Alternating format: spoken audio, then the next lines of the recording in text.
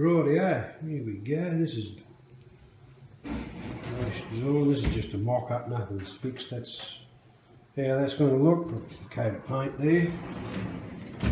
But the true magic, if you call it that, is underneath. We'll just lift you up.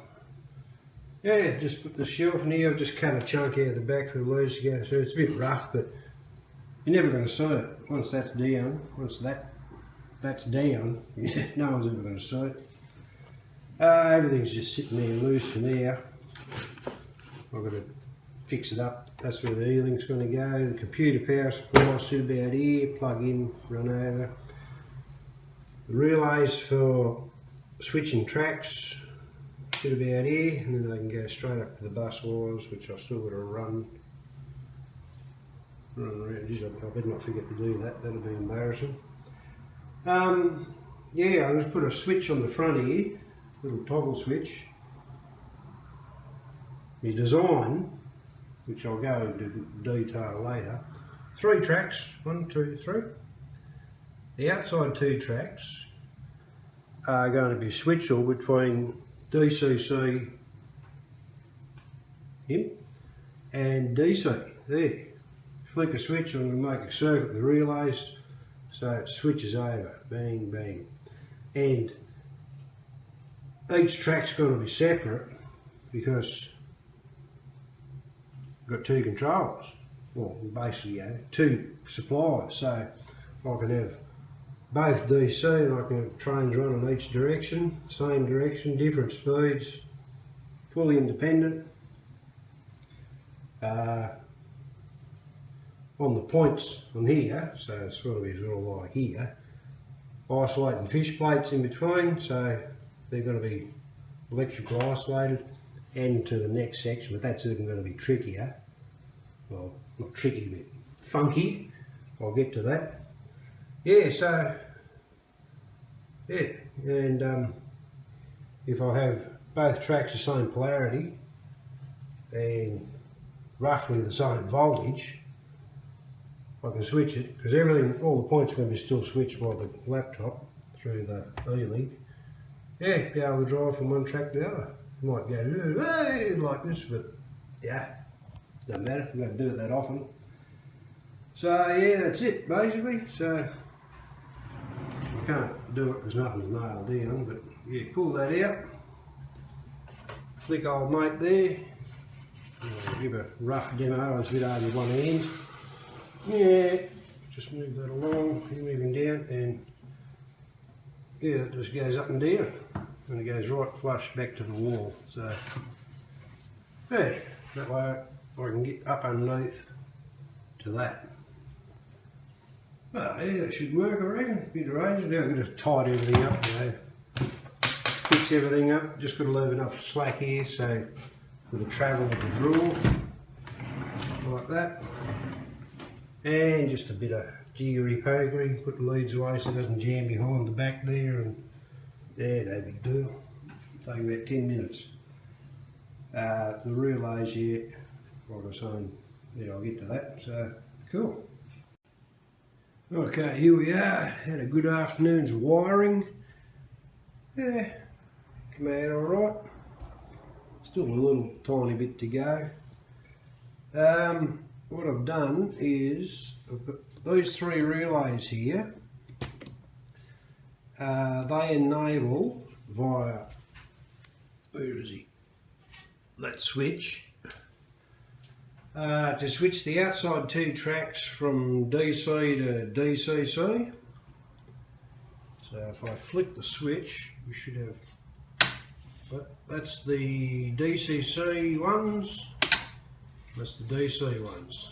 I've got a 3-way switch, so in the middle everything's dead.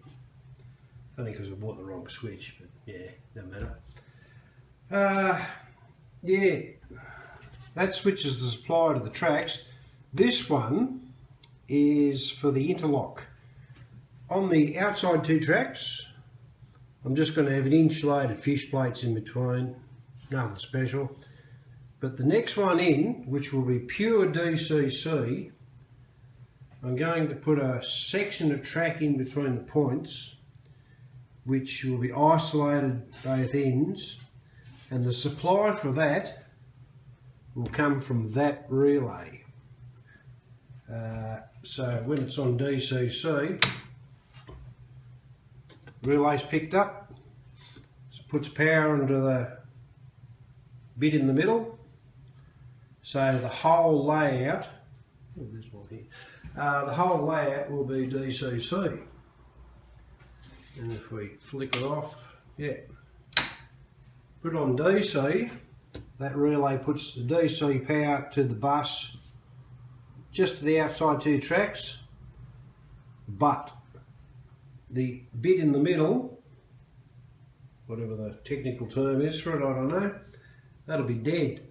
The idea being is I can run DC, outside two tracks either way, DCC, and if by some remote chance I make a mistake and the point's the wrong way, the DCC trains won't go into the DC or the other way around. I don't want DC trains on the DCC because they reckon it'll burn the motors out, so we don't want that, and that'll completely prevent that. I was going to do a similar thing between the two DC tracks, but I thought about it and thought, oh no, the worst thing happens, say you're coming along and the polarities are different, so you've got that track, the outside track going that way and the inside track going that way. Oh, chug, chug, chug, chug, oh, bang, worst things happen is we're going to slam in reverse and go backwards. I hope. But I think I'll just be careful and won't make a mistake. Simple as that, you know. But I definitely do not want DC and DCC combined. The old three-way switch makes it so there's absolutely no chance of there being cross feeds and short circuits. So, yeah, you know, contacts racing on relays, etc. If the contacts happened to make before it broke, you'd have a dead short. No, I don't even go there. So the old three-way switch fixes that problem. The relays get their power from the lighting bus, old mate here, goes over, that's just a terminal, it's just a basic terminal, goes off, does its stuff. It goes over, I run a common negative for everything, because negative matter, and I'll switch the positives. So the negative directly from the supply goes to the light bus, where are we, over here. The positive from the power supply comes over and it runs round, comes to the light switch. And I've just, oh, it's a bit hard to focus and see, but it's a push-pull switch. So that'll turn the lights off on the layout when I get round to installing them. But it still supplies power to the relays beforehand. So that should work all right. This is mounted on screws, that's there, the E-link mounted down. That is a power supply for, oh, a bit hard to move, I mounted it. I bought a little cheap TV, 200 bucks, and that'll be for the laptop. So I can have the track layout up there and down here, where are we, down here, I can run the engine, so splits the two. Still got a bit to go. I've got to buy a longer HDMI lead. Yeah, fits well when it's sitting there. Pull the drawer out too far, won't reach. So that's only a metre lead, so I'll get a 1.5 metre, 2 metre lead, whatever. Yeah, that's about, oh hang on, oh the interlocks, yeah. I've still got a bit of wiring. I'll change the design of my interlock for the lift bridge. Instead of running the power through the micro switches and back to the track, yeah, don't like that, especially those little cheap bloody micro switches, they're rubbish really. But so what I'm going to do is I've got, hopefully here, another 4-pole double throw relay.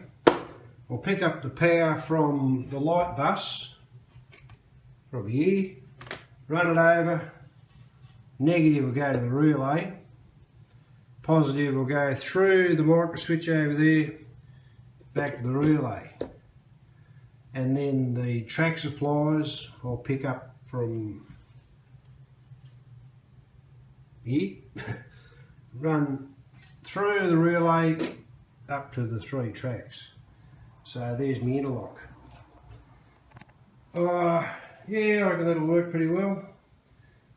I was going to do a similar thing this end. Excuse the towel on the speakers, that's going to be my new sound system. But the trouble is, I need a DC supply over this end, which means I'd have to run a wire, a supply all the way around. If I use the light bus, it'll only work if the lights are on, which is, no, can't have that. I want it. So I've got to come up with a really high-tech solution here. Looking around, I'll just get back a bit. What I'm going to do, so there's a nice gap there between the frames. I'm going to get a bit of, maybe 3mm,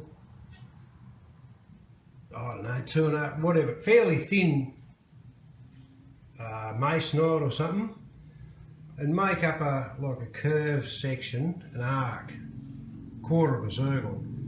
Screw it onto that. So when the bridge is down, it's down here. Lift the bridge up, comes up, physically blocks the trains. It's not perfect because you can still crash the trains into it, but it's better. I'd rather have them bump into a bit of wood than go splat and $500 engine smashed on the ground. No, thank you. So yeah, I think we'll just go old school with that. Just saves a lot of mucking around, mounting bloody micro switches and stuff, but we'll get to that. Yeah, that's, look up the old TV. I've got some cable troughing, whatever they call it, and I'll run that down there and the power supply up there. Screw it to the wall, because the stud is right behind there in the middle. That's what I've attached the TV to. And yeah, give it a coat of blue, won't surt, and it should look pretty good. Okay, that'll do for now. Oh, I might go and have a beer. It's been a big afternoon, it's bloody wiring. So yeah, okay, catch you later guys.